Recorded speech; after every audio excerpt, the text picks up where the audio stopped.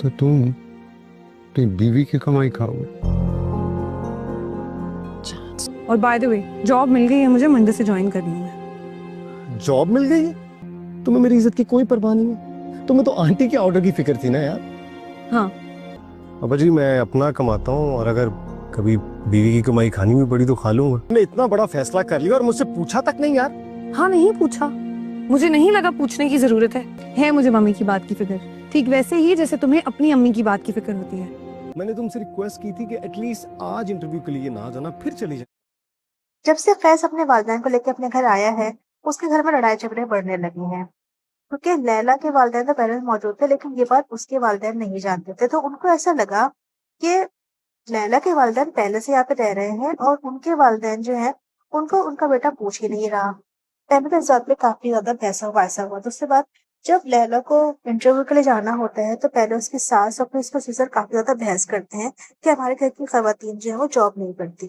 लेकिन लैला की माँ बहुत आर्ग्यू करती है और कहती है कि मैंने अपनी बेटी को इसलिए नहीं दिखाया पढ़ाया कि वो इस तरह घरदारी करती रहे।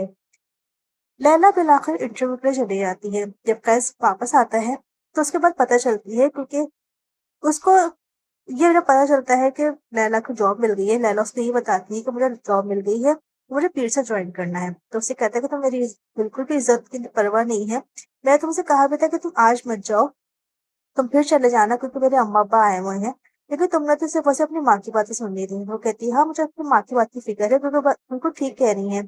दूसरे, और अगर मुझे तुमसे पूछना इसलिए जरूरी नहीं समझा क्योंकि मुझे नहीं लगता था कि मैं तुमसे इजाजत लेने की जरूरत है, क्योंकि तुम पहले चाहते थे कि मैं जॉब करूंगी।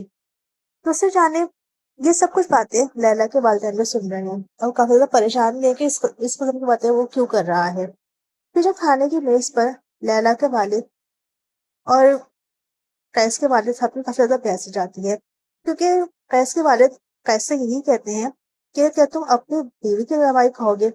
तो वो ये कहता है कि मैंने खुद कमाता हूँ और अगर कभी जरूरत पड़ी भी गई तो मैं बीवी कमाई खा लूंगा, कोई मसले की बात नहीं है। ये बात सुनने का जब कैस के वालिद लैला के वालिद को देखते हैं तो वो काफी ज्यादा नाराज हो कहते हैं कि आप हर बात करने का मेरी तरफ ऐसे क्यों देखते हैं, मैंने तो कुछ भी नहीं किया। तो वो उनसे भी ये बात कहते हैं कि मैंने तो आपको कुछ भी नहीं कहा, आपको खुद ही लग रहा है कि मैं आपकी बेटी की ताल्लुक जो भी बात हो रही है वो आपको लेके कर रहा हूँ।